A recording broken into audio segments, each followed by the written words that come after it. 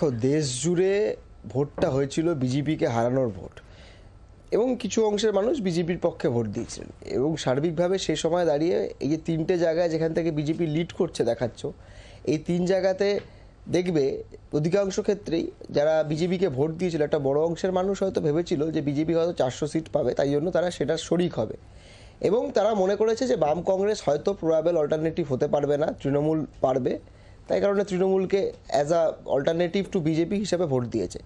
কিন্তু দেখো, রাজ্যের বিধানসভা নির্বাচন 2021 সালে আমরা দেখেছি মানুষ ঢেলে বিজেপিকে ভোট দিয়েছিল তৃণমূলের বিরুদ্ধে। তারপরেও বিজেপির নেতারা একে তো যেখানে তৃণমূলের যে দুটো প্রার্থী মুকুটমণি অধিকারী এবং কৃষ্ণ কল্যাণী, এরা তো বিজেপি থেকে জেতা এমএলএ।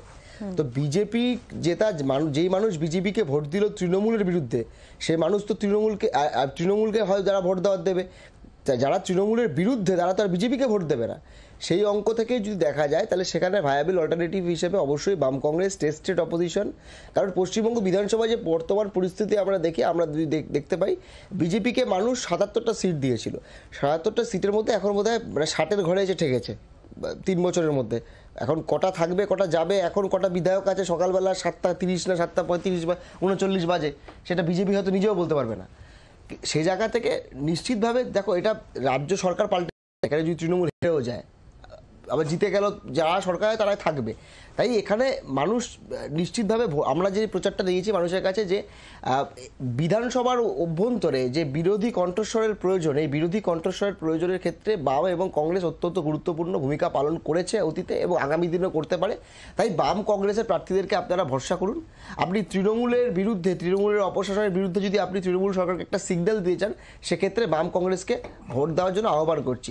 এবং এটা তো ঠিকই যে এই বিগত লোকসভা নির্বাচনে হয়তো আমরা সিট পাইনি, বামপন্থীরা, কংগ্রেস একটা সিট পেয়েছে, কিন্তু যদি দেখা যায় এত মেরুকরণের মধ্যেও, এত বাইনারির মধ্যেও আমাদের কিন্তু একটা বড় অংশের মানুষ দিয়েছে, সেটা কিন্তু গুরুত্বপূর্ণ। নিশ্চিত গণতন্ত্রে যে দল জিতবে তাদের কথাই মানুষ হয়তো আলোচনা করে, কিন্তু যেই মানুষ ভোট দিল, যে এত সংখ্যক লক্ষ লক্ষ মানুষ আমাদেরকে ভোট দিল, সেগুলো তো একেবারে গুরুত্বহীন নয়।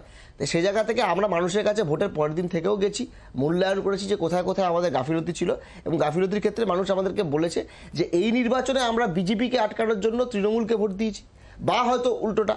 কিন্তু বিধানসভা নির্বাচনের ক্ষেত্রে বা আগামী নির্বাচনের ক্ষেত্রে আমরা এই নেগেটিভে ইয়েতে যাব না, কারণ 400 পার হয়নি, বিজেপিকে আমরা 240-এ আটকে দিয়েছি। আমরা যারা বামপন্থী রাজনীতি করি, আমরা প্রধান লক্ষ্য ছিল যে এই দেশের মাটিতে বিজেপিকে আমরা হারাবো এবং বিজেপিকে হারাতে আমরা সক্ষম হয়েছি।